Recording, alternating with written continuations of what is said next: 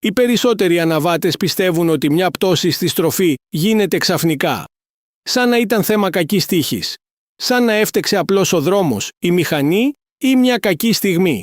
Αλλά η αλήθεια είναι πιο σκληρή και πιο απλή. Οι περισσότερες πτώσεις δεν έρχονται από το πουθενά. Έρχονται από μικρά λάθη που ξεκινούν λίγα δευτερόλεπτα πριν. Και το πιο επικίνδυνο είναι ότι στη στροφή δεν έχεις πολύ χρόνο να τα διορθώσεις. Ένα λάθος στην ταχύτητα, ένα λάθος στο βλέμμα, ένα λάθος στη γραμμή. Και μέσα σε μία στιγμή χάνεις σταθερότητα, πρόσφυση και έλεγχο. Εκεί ακριβώς η στροφή από κάτι απολαυστικό γίνεται παγίδα. Γιατί ναι, οι στροφές είναι από τα πιο όμορφα κομμάτια της οδήγησης. Εκεί νιώθεις τη μοτοσικλέτα να δουλεύει σωστά. Εκεί χτίζεται η αυτοπεποίθηση του αναβάτη. Αλλά εκεί τιμωρείται και κάθε λάθος χωρίς προειδοποίηση. Σε αυτό το βίντεο θα δούμε 7 συνηθισμένα λάθη που κάνουν οι περισσότεροι αναβάτες στις στροφές. Λάθη που φαίνονται μικρά, αλλά μπορούν πολύ εύκολα να οδηγήσουν σε πανικό, κακή αντίδραση και τελικά απώλεια ελέγχου. Και το πιο σημαντικό, θα δούμε πώς διορθώνονται με απλή σωστή τεχνική. Αν σου αρέσει τέτοιο περιεχόμενο και θέλεις πρακτικές συμβουλές που μπορούν πραγματικά να σε βοηθήσουν στον δρόμο, κάνε εγγραφή στο κανάλι. Πάμε τώρα στο πρώτο λάθος που συνήθως ξεκινά όλα τα υπόλοιπα. Το πρώτο και πιο συχνό λάθος είναι αυτό που ξεκινά πριν καν στρίψει η μοτοσικλέτα, να μπαίνει στη στροφή πιο γρήγορα από όσο πρέπει. Αυτό είναι το σημείο όπου οι περισσότεροι αναβάτες νιώθουν καλά, μέχρι να καταλάβουν ότι η στροφή κλείνει περισσότερο από όσο περίμεναν. Και τότε αρχίζει το πρόβλημα, γιατί όταν μπαίνεις με παραπάνω ταχύτητα, το περιθώριο διόρθωσης μικραίνει αμέσως. Δεν έχεις χώρο, δεν έχεις χρόνο και δεν έχεις καθαρό μυαλό. Το λάστιχο εκείνη τη στιγμή δεν κάνει μόνο μία δουλειά. Πρέπει να κρατήσει την πρόσφυση, να υποστηρίξει την κλίση και ταυτόχρονα να αντέξει κάθε λάθος κίνηση στο φρένο ή στο γκάζι. Και όσο αυξάνει η πίεση, τόσο πιο εύκολα φτάνεις στο σημείο που η μοτοσικλέτα δεν συγχωρεί. Όταν ο αναβάτης νιώσει ότι μπήκε γρήγορα, συνήθως πανικοβάλλεται, σφίγγει τα χέρια, κόβει απότομα, πιάνει φρένο μέσα στη στροφή. Και τότε η γραμμή ανοίγει, η μηχανή χάνει τη φυσική της ηρεμία και αρχίζει να φεύγει προς τα έξω. Σε πολλές περιπτώσεις αυτό είναι ακριβώς το σημείο που ο αναβάτης βγαίνει από τη λωρίδα του ή πλησιάζει επικίνδυνα το αντίθετο ρεύμα. Η διόρθωση είναι απλή, αλλά θέλει πειθαρχία. Όλη η μείωση ταχύτητας πρέπει να γίνεται πριν τη στροφή, όχι αφού έχεις ήδη γύρει. Μπαίνεις πιο ήρεμα, βλέπεις καλύτερα, αποφασίζεις καθαρότερα και δίνεις στη μοτοσικλέτα τον χώρο να δουλέψει σωστά. Η αλήθεια είναι πολύ απλή. Πιο ήρεμη είσοδος σημαίνει περισσότερο οπτικό πεδίο, περισσότερος χρόνος και πολύ καλύτερος έλεγχος. Η σωστή στροφή δεν ξεκινά μέσα στη στροφή. Ξεκινά ακριβώς πριν από αυτή. Το δεύτερο λάθος είναι πιο ύπουλο γιατί στην αρχή μοιάζει σωστό. Είναι η λάθος γραμμή μέσα στη στροφή. Πολλοί αναβάτες μπαίνουν νωρίς προς το εσωτερικό γιατί εκείνη τη στιγμή αυτό τους φαίνεται πιο ασφαλές. Νιώθουν ότι όσο πιο κοντά είναι μέσα, τόσο πιο ελεγχόμενα στρίβουν. Αλλά στην πράξη, αυτό το λάθος τους κλειδώνει πολύ νωρίς. Και μόλις δεσμευτούν σε αυτή τη γραμμή, αρχίζουν τα προβλήματα. Όταν μπαίνεις νωρίς, κόβεις αμέσως την ορατότητά σου. Δεν βλέπεις καθαρά πόσο συνεχίζει η στροφή, ούτε τι σε περιμένει στην έξοδο. Και όσο προχωράς, η μοτοσικλέτα αρχίζει να ανοίγει προς τα έξω, ακριβώς τη στιγμή που δεν έχεις πλέον αρκετό χώρο να διορθώσεις ήρεμα. Εκεί γεννιέται ο πανικός. Ο αναβάτης νιώθει ότι δεν του βγαίνει η στροφή, σφίγγει το σώμα, πειράζει απότομα το τιμόνι, είτε κόβει περίεργα τον γκάζι ή προσπαθεί να μαζέψει τη μοτοσικλέτα τελευταία στιγμή. Και συνήθως αυτή η βιαστική διόρθωση κάνει το πρόβλημα ακόμα χειρότερο. Η σωστή λύση είναι πιο υπομονετική είσοδος, να μην βιάζεσαι να πέσεις μέσα, να καθυστερείς λίγο το γύρισμα, να πας σε πιο ήρεμο turn-in και να φτάνεις πιο αργά στο εσωτερικό σημείο της στροφής. Έτσι κερδίζεις καλύτερη εικόνα, πιο καθαρή έξοδο και περισσότερο χώρο για να αφήσεις τη μοτοσικλέτα να δουλέψει φυσικά. Όταν η γραμμή είναι σωστή, όλα γίνονται πιο ήρεμα. Η μηχανή σηκώνεται πιο ομαλά, η έξοδος ανοίγει πιο καθαρά και η σταθερότητα βελτιώνεται αισθητά. Γιατί τελικά η σωστή γραμμή δεν είναι αυτή που δείχνει γρήγορη στην αρχή. Είναι αυτή που σου αφήνει χώρο, ορατότητα και έλεγχο στο τέλος της στροφής.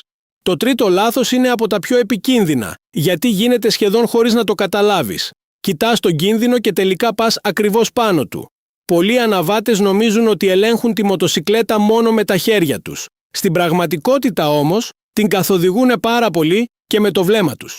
Και αυτό, μέσα στη στροφή, μπορεί να σε σώσει ή να σε ρίξει. Μόλις δεις κάτι που σε φοβίζει, μια μπαριέρα, μια λακκούβα, λίγο χώμα, ένα αυτοκίνητο που φαίνεται κοντά, το μυαλό κολλάει εκεί.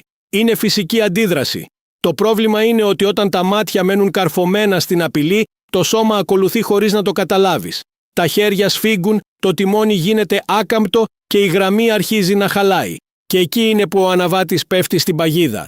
Αντί να καθοδηγεί τη μηχανή προς την έξοδο της στροφής, αφήνει τον φόβο να την τραβά προς το σημείο που θέλει να αποφύγει. Γι' αυτό πολλές φορές βλέπεις κάποιον να πηγαίνει σχεδόν πάνω στο ίδιο το εμπόδιο που τον τρόμαξε. Η διόρθωση εδώ είναι απλή, αλλά θέλει συνειδητή εξάσκηση. Το κεφάλι πρέπει να είναι στραμμένο προς την έξοδο της στροφής. Το βλέμμα πρέπει να πηγαίνει μακριά, εκεί που θέλεις να καταλήξει η μοτοσικλέτα. Ο ορίζοντας πρέπει να μένει σταθερός και καθαρός. Τα εμπόδια φυσικά και τα βλέπεις, αλλά δεν τα καρφώνεις με τα μάτια σου.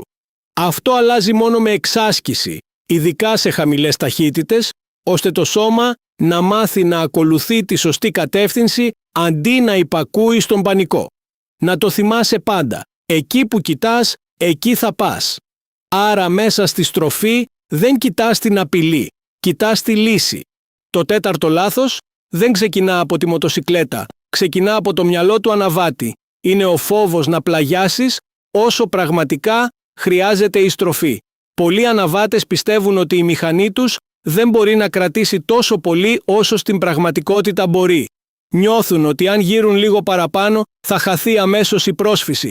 Και έτσι, αντί να αφήσουν τη μοτοσικλέτα να στρίψει σωστά, αρχίζουν να αντιστέκονται. Εκεί φαίνεται το πρόβλημα. Το σώμα σκληραίνει, τα χέρια τεντώνουν, οι ώμοι σφίγγουν και ο αναβάτης προσπαθεί σχεδόν να κρατήσει τη μηχανή πιο όρθια από όσο ζητάει η στροφή. Όμως αυτό δεν τον προστατεύει. Το αντίθετο. Χαλάει τη ροή, μειώνει την ακρίβεια και κάνει όλη την κίνηση πιο νευρική και πιο αβέβαιη. Η μοτοσικλέτα πολλές φορές μπορεί να δώσει παραπάνω από όσο πιστεύει ο αναβάτης. Αλλά όταν το σώμα παλεύει εναντίον της, η σταθερότητα χάνεται. Και τότε ο φόβος μεγαλώνει ακόμα περισσότερο, γιατί ο αναβάτης νιώθει ότι η μηχανή δεν συνεργάζεται, ενώ στην πραγματικότητα ο ίδιος της κόβει τη φυσική κίνηση. Η διόρθωση εδώ δεν είναι να πας πιο επιθετικά. Είναι να πας πιο ήρεμα. Χαλαροί ώμοι, λυγισμένοι αγκώνες, ελαφριά πίεση στο εσωτερικό τιμόνι και σταδιακή εξοικείωση με την κλίση. Όχι βιασύνη, όχι εγωισμός, όχι απότομες δοκιμές. Μόνο ήρεμη τεχνική και επανάληψη. Όταν αρχίζεις να εμπιστεύεσαι περισσότερο τα ελαστικά, τις αναρτήσεις και τη σωστή λειτουργία της μοτοσικλέτας, όλα γίνονται πιο φυσικά. Η στροφή ρέει καλύτερα, η γραμμή βγαίνει καθαρότερα και η αυτοπεποίθηση χτίζεται σωστά. Να το θυμάσαι αυτό. Η ήρεμη κλίση δίνει σταθερότητα. Η αντίσταση του σώματος είναι αυτή που φέρνει το πρόβλημα. Το πέμπτο λάθος εμφανίζεται τη στιγμή που ο αναβάτης νιώθει ότι κάτι δεν πάει καλά και προσπαθεί να το διορθώσει βιαστικά. Είναι οι απότομες κινήσεις, ενώ η μοτοσικλέτα είναι ήδη μέσα στη στροφή. Εδώ πολλά πράγματα χαλάνε μέσα σε ένα δευτερόλεπτο. Ένα απότομο φρενάρισμα με τη μηχανή πλαγιασμένη φορτώνει ξαφνικά τον μπροστινό και αποσταθεροποιεί όλη την ισορροπία.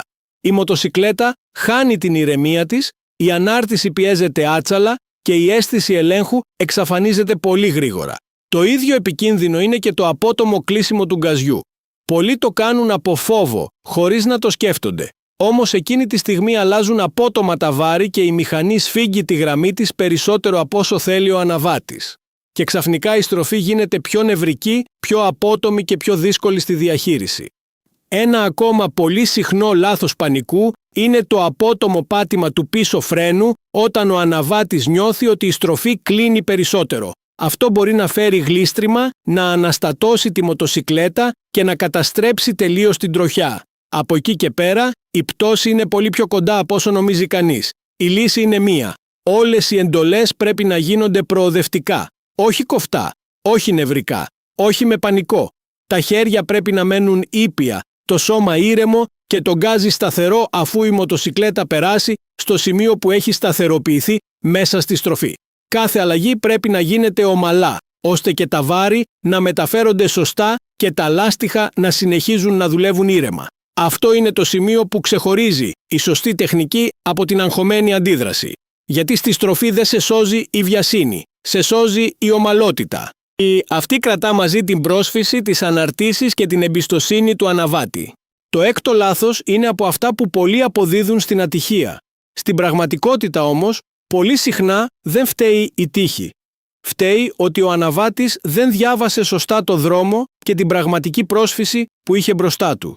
Μέσα σε μια στροφή μπορεί να υπάρχουν πολλά περισσότερα από όσα φαίνονται με την πρώτη ματιά. Χαλίκια, λίγη άμμος, λάδια, νερά, φύλλα, μπαλώματα στην άσφαλτο, σαμαράκια ή απλώς ένα κομμάτι δρόμου με χειρότερη ποιότητα.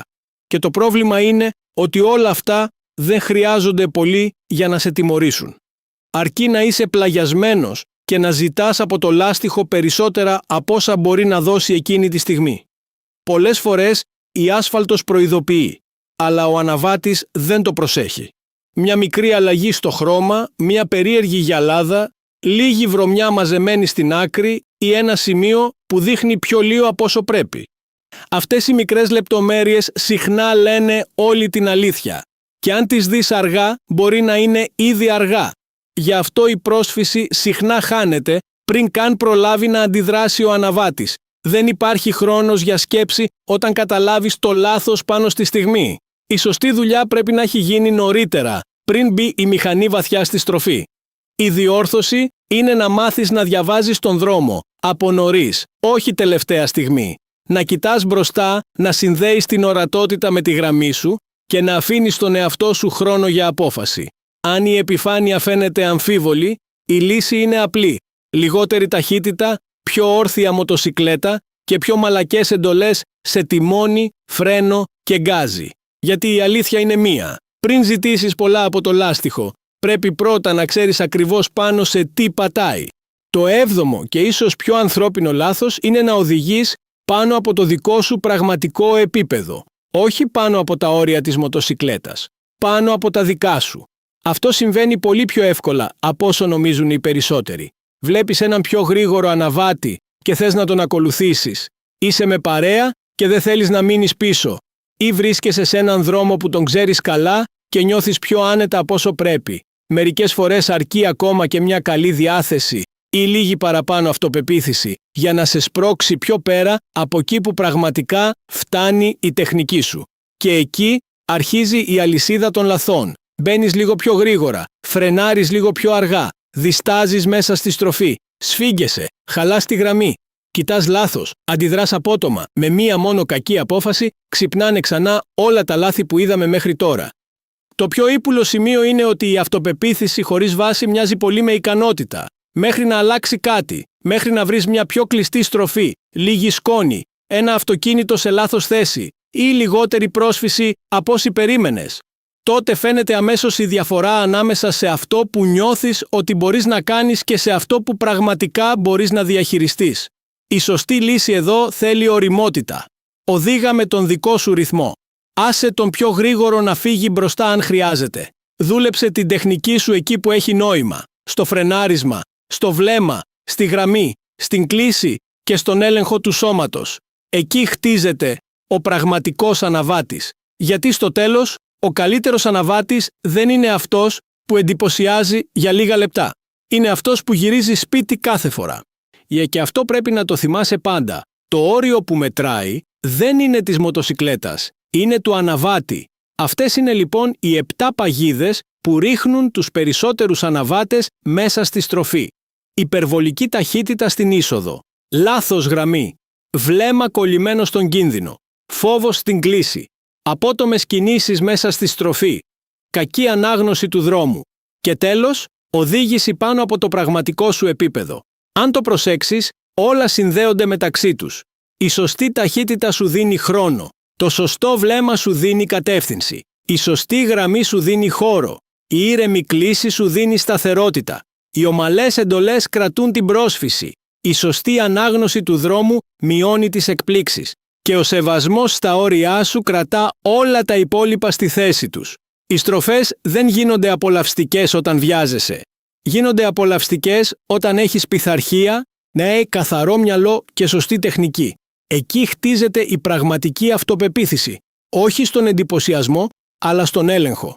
Αν θέλεις περισσότερα βίντεο με πρακτικές συμβουλές για πιο ασφαλή, πιο σωστή και πιο απολαυστική οδήγηση, κάνε εγγραφή στο κανάλι. Γιατί η ασφαλής οδήγηση δεν κόβει τη χαρά. Την κάνει πιο σταθερή και πιο αληθινή.